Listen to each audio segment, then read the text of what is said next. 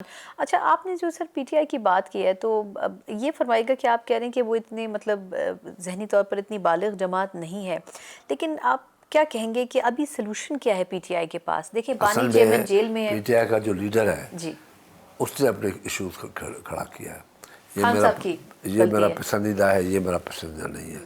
آپ کو کہہ دے گا یہ کرو، دوسرا جب جائے گا وہ کہتا اس کو کہتا ہے تم یہ کرو، اس کو میں نے نہیں کہا روکو۔ وہ جب روکنے جا رہا ہے تو اگلا آدمی کہتا ہے مجھے یہ کہہ کے بھیجا ہے، پھر یہ روک رہا ہے، یہ کون ہوتا ہے؟ تو بہت سے ایشوز ہیں۔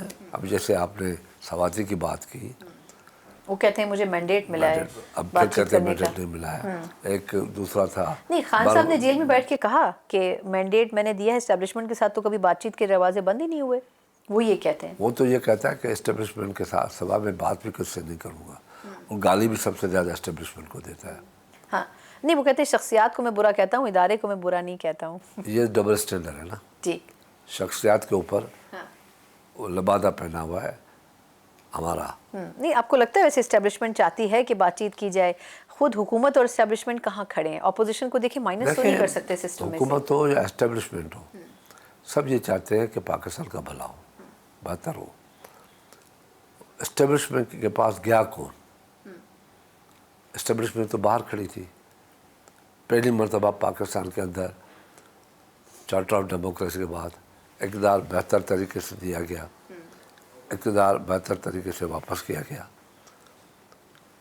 جب الیکشن ہوئی تو یہ الیکشن کے زمانے میں جو 35 پنچر لگے، جھگڑا تو وہاں سے چلا نا، ایک نے 35 پنچر لگائے، پھر دوسرے نے 40 لگا دیے۔ الحمدللہ پیپلز پارٹی نے پنچر کوئی نہیں لگایا، نہ پنچر سے آئی نہ پنچر میں مسئلے میں پھنس ہوئی ہے۔ ہاں لیکن آپ لوگ ہر دفعہ کہتے ضرور ہے کہ غلط ہو رہا ہے، لیکن آپ لوگوں نے کبھی ڈیموکریسی کو ڈی ریل کرنے کی کوشش نہیں کی۔ نہ کی ہے نہ کرنے کا سوچتے ہیں۔ اب پی ٹی آئی کو ویسے کرنا کیا چاہیے آپ کے خیال میں؟ پی ٹی آئی کو اپنا وقت گزارنا چاہیے، جو جیل میں ہے ان کا، وہ کورٹوں میں جائے، جو کورٹ فیصلہ کرے، پارلیمنٹ میں سر آئے۔ کورٹ میں تو 26ویں امینڈمنٹ کے بعد تو کورٹس کی شکل ہی بدل گئی ہے نا، اب تو وہ نہ کورٹس رہے نہ وہ ججز رہے۔ نہیں ایسی بات نہیں ہے، جائیں، ابھی بھی ججز بات کرتے ہیں بیٹھے۔ ہاں صرف فرق یہ پڑا ہے کہ پہلے ججز چیمبر سے آتے تھے، اب ججز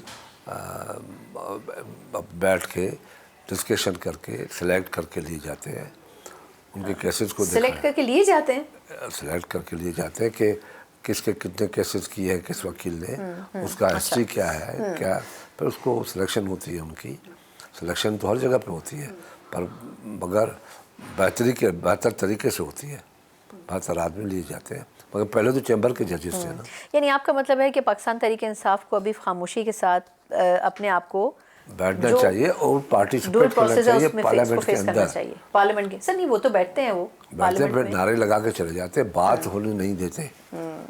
ایشوز ہیں اس وقت، بہت بڑے ایشوز ہیں اس ملک میں، اس پہ وہ بات کریں، کھل کے بات کریں۔